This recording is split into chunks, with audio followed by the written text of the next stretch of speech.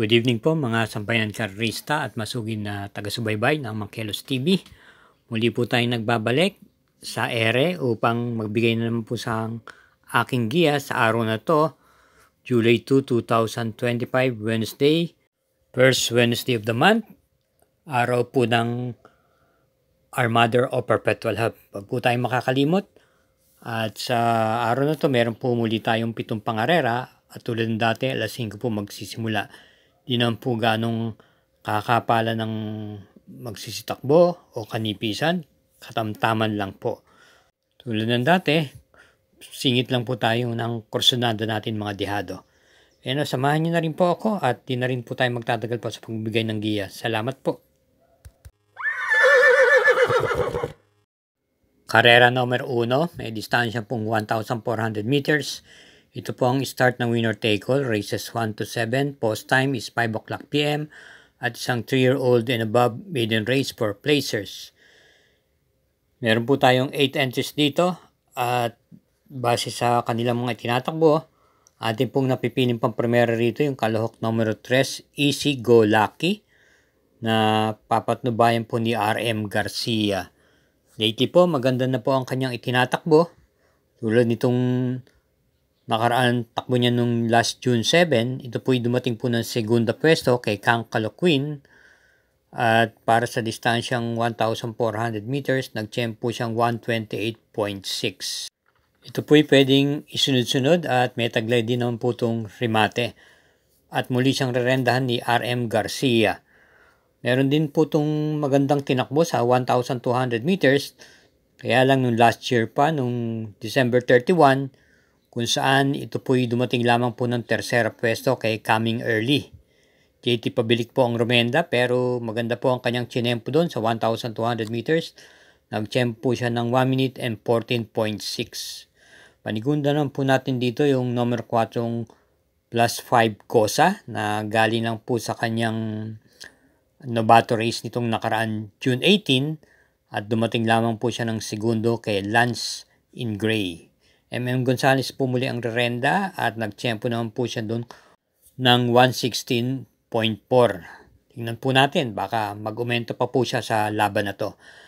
Kaya para rito sa karera numero 1, pamprimera, numero 3, Easy Go Lucky, panigundo yung numero 4, plus 5, Cosa. Karera numero 2, distance 1,200 meters, isang class 5, split group 5 for placers. Start po ng pick 6, races 2 to 7. Binubuo po ng 8 kalahok. Pampremera po natin dito yung numero 3, Dancing Queen, na malamang madebhado pa po ito rito. Ito'y papatnubayan po muli ni C.A. Reyes. Nung last June 11, ito po'y tumakbo. At dumating lamang po siya ng 4th pwesto kay Tawi-Tawi Island. At gayon din sana segundang Tokyo Rumba. Same rider pa rin po si A. Reyes. Umalis po siya ng pampito at pagsabit po ng half mile at 1/4 mile nanatili po siya sa ganung pwesto. Nung malapit po na po sa meta, dumating po ng 4th pwesto. Pakiramdaman po natin to. At bukod dito, kung natin babalikan yung mga nakaraan buwan takbo niya, may maganda rin po siya naman ikinikilos. Tulad na lang po nung last April 11, siya po'y dumating po ng segunda pwesto kay Misha. At nung April 20, na tersera naman po siya kay Barayong. Ito po'y may taglay pong tuling tong kabayang to. Pero pwede rin po siyang iparimate base sa kanyang huling tinakbo nung June 11. May champ po siyang 1 minute and 15.8 para sa distansyang 1,200 meters. Base sa itinakbo na yung last June 11. At bilang panigunda naman po natin dito yung numero 7, Sunshine June, na papatnubayan po ngayon ni MP Laloma, same rider pa rin po. Noong last June 18, tumakbo po ito na 4th pwesto siya kay Asik Pulse.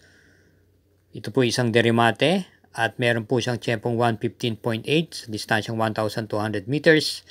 Meron pong naitalang panalo noong last June 4 kung saan tinalo niya po si Hot Legs, dulan po si NC Lunar. Bilang panersera po natin dito yung kalahok numero 1, Bumabaga, na maganda rin po ang kanyang kondisyon.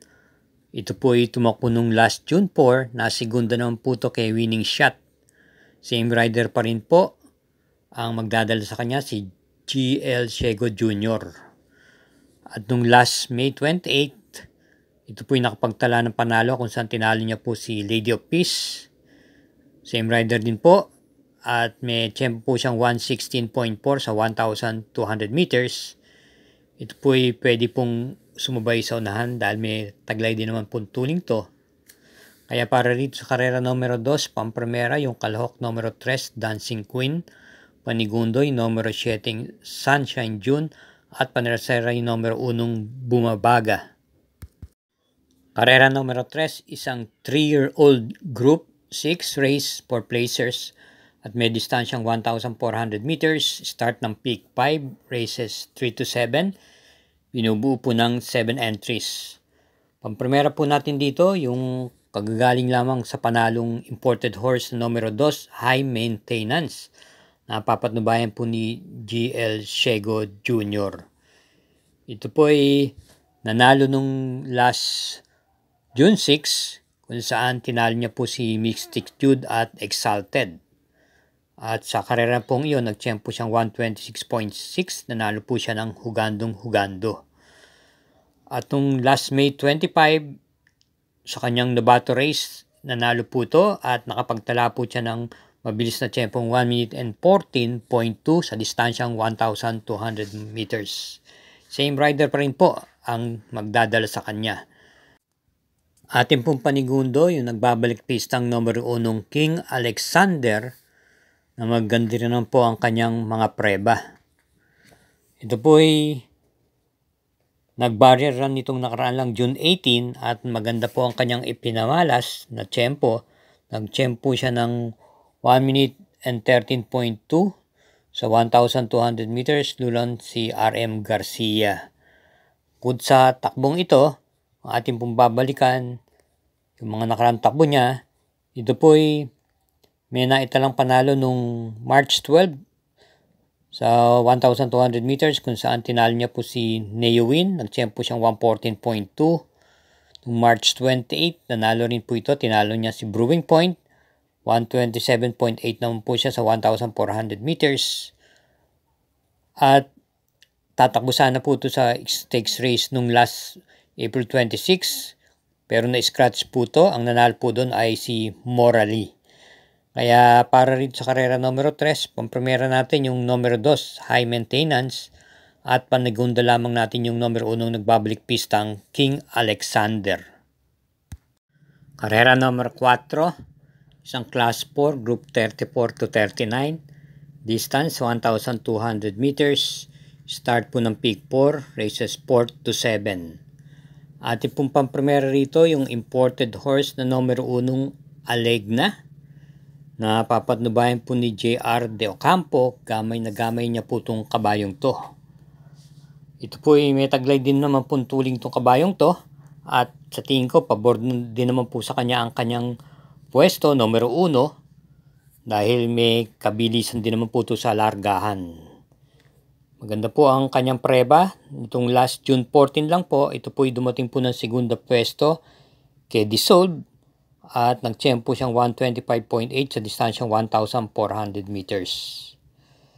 Nung last May 9, ito po ay nakapagtala ng panalo kung saan tinalo na po si Hey Jojo at sa distansyang 1,200 meters, maganda po ang kanyang tinetiyempo.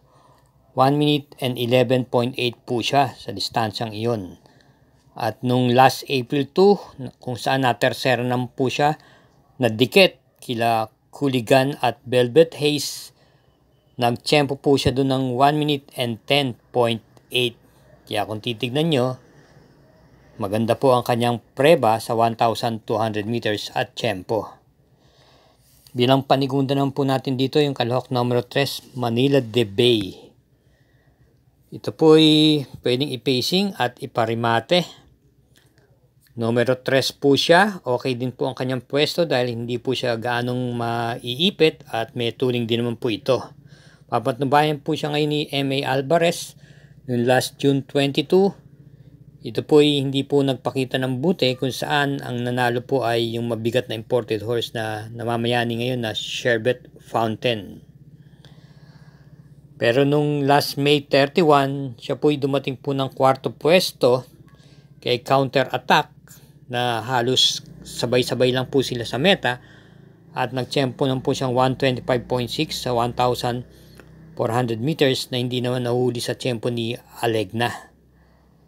May mga panalo po siyang naitala nung last May 18. Nanalo po ito kung saan tinalo niya si Modern Legacy 125.8 sa 1,400 meters.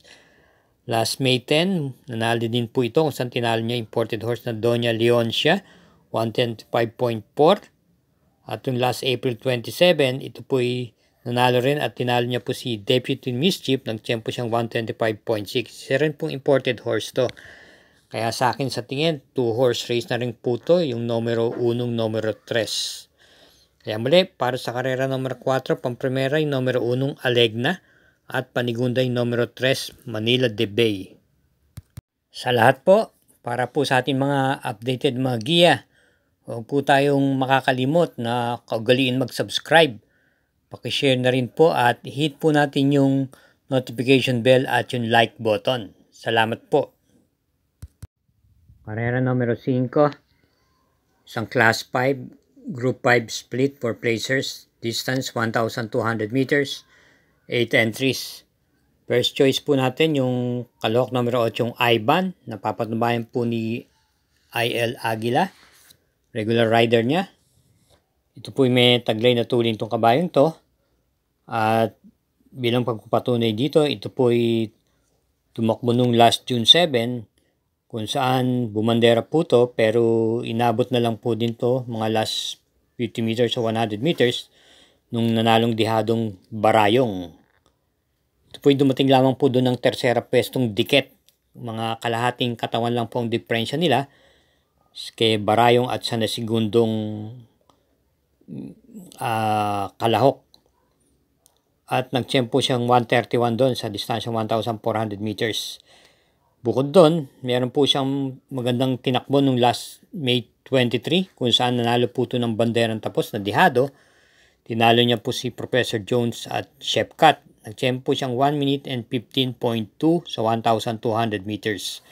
Bilang panigunda naman po natin dito ay number 4 Malibubel na may taglay din naman pong bilis at palagay ko sila na rin po magpapanabayan sa unahan. Gamay po ni JB Hernandez. Noong last June 18, dumating po ito ng 4th pwesto kay Tokyo Rumba. At nung last May 21, ito naman po ay nasigunda pwesto kay Baling Rikit. Dulan si JB Hernandez at nagtiyempong 1:15.8. Bilang panersera po natin, yung isang deremate na baka po magkaubusan sa unahan, malamang baka dumating po ito. Yung number 6, Color Blast na isang deremate at papatnubayan naman po ni J.A. Guse. Kaya para dito sa karera numero 5, pampremera yung numero 8 yung Ivan, panigundo yung numero 4 yung Malibubel at panersera yung numero 6, Color Blast. Karera numero 6, penultimate race, may distansyang 1,200 meters. Ito po yung isang class 5, group 11 to 15 split. Meron po tayong pentapekta rito. Bilang pampremera po natin dito yung numero 5 Tugatog na papatnubayan po muli ni J.A. Guse. Alam naman natin ito ay galing sa mataas na grupo at muling unti-unti na rin po sigurong bumabalik po ang dating buti nito. Ito po ay dumating po lamang ng segunda pwesto nung last June 18 sa kabayong nalong Predis Cutie at nagtiyempo po siyang 1 minute and 14.4 sa 1,200 meters. May bilis din po itong taglay. At bilang panigundo po natin dito yung kalahok numero 1 Red Soul na nagpapakita po ng gilas itong mga nakalaang huling takbo niya. Nung last June 20, ito po ay nanalo. May taglay pong tuling to at naipipacing din to kabayong to kung saan tinalo niya po si Rule the World at Sapin-Sapin. JM Storky po ang Romenda. At nagtiyempo po siya doon ng 1 minute and 13.6 sa 1,200 meters. At bilang panersera naman po natin dito yung Kalahok numero 2, Rainy Days. Na merimati po ito pero lately po yung kanyang mga takbo ay mukhang naisusunod-sunod na rin po ito. Bigyan lang po ng importansya itong kabayong to dito. Ang kanyang connection ay sa tingin ko may panalo rin naman po ito. Itong last June 14, ito po ay dumating po ng segunda pwesto sa kabayang nanalong White House at nagtempo po siyang 127.6 sa 1,400 meters. At itong last April 30, may naitala putong panalo kung saan tinalo niya po si Harold Hart sa distansyang 1,400 meters, 128.8 ang kanyang chinempo. Pero kung ating babalikan pa yung mga nakaraang takbo niya nung buwan ng February, noong last February 12, may maganda po siyang chinempo ron kung saan nanalo po siya at tinalo niya po si Tawi-Tawi Island at Mr. Aldrich sa distansyang 1,200 meters. Nagtsempo po siyang mabilis na tsempong 1 minute and 12.8 sa naturang distansyang 1,200 meters. Kung ganin po ang kanyang itatakbo at kilos dito at sa tingin natin ay malaki po ang kanyang tsansa. Kaya para rin sa karera numero 6, pamprimera yung numero 5 Tugatog, panigundo yung numero 1 Red Soul at panersera yung numero 2 Rainy Days. Karera numero 7, last daily double, para tingan po ito ng winner take all. Pick 6, pick 5 at pick 4. Meron po tayong super 6 na nakapulob dito. At may distansyang 1,200 meters, ang class 4, group 16 to 21 split. Ang ating pong pamprimera rito yung Kalahok numero 6, Not Guilty, na muli pong ren-run ni JB Guerra. Base ko sa kanyang nakaraang preba, maganda naman po ang kanyang ikinilos. Yung last June 18, ito po ay dumating po ng tersera pwesto sa kabayang nalong si Rice, tulan si JB Garcia. Pwede pong i-pacing at may taglay din ng punong remate at may tempo po siyang 1 minute and 13.8 sa distansyang 1,200 meters. At base sa kanyang mga nakaraang preba, kung atin hahalugugin, ito po ay galing din po sa mabigat na grupo tulad po nila Parisian Life, Bontay Shore, at yung mga ibang nakalaban niyang mataas din po na grupo. Kaya siya po ang ating pamprimera rito. At bilang panigundo naman po natin dito ay nagbabalik pistang numero 2 Stay Funny, na matagal din pong nabakasyon. Nag-barrier run nitong nakaraan lang, nitong last June 15, kung saan nagtsempo siyang 1 minute and 14.4 sa distansyang 1,200 meters. Si S. Pare Jr., regular rider niya ang Rerenda. At ito po ay ang huling panalo niyang naitala ay nung last May 31, 2024 pa po, kung saan tinalo niya po si Bad Boy MJ na segundong Queen Lois at yung kabayong Maybell. At nag-tempo siya dung 1 minute and 13.2. May bilis po itong kabayong to at pwedeng isunod-sunod lamang po. Bilang panersera po natin dito yung numero 5 Predis Cutie, na maganda po ang kanyang tinatakbo lately. Tulad halimbawa nitong nakaraan lang, itong last June 18, nanalo po ito ng Hugando. Dulan si GL Shego Jr. At tinalo niya po dun si Tugatog, kabilang sila Caring Melody na siyang na tersera. At nagtsempo siya doon ng 113.8. Kaya kung titignan natin, halos hindi naman po nagkakalayo ang tiyempo nitong tatlong to. Kaya para pamprimera po natin sa muli sa karera numero 7, yung numero 6, Not Guilty. Panigundo yung numero 2 na imported horse, Stay Funny.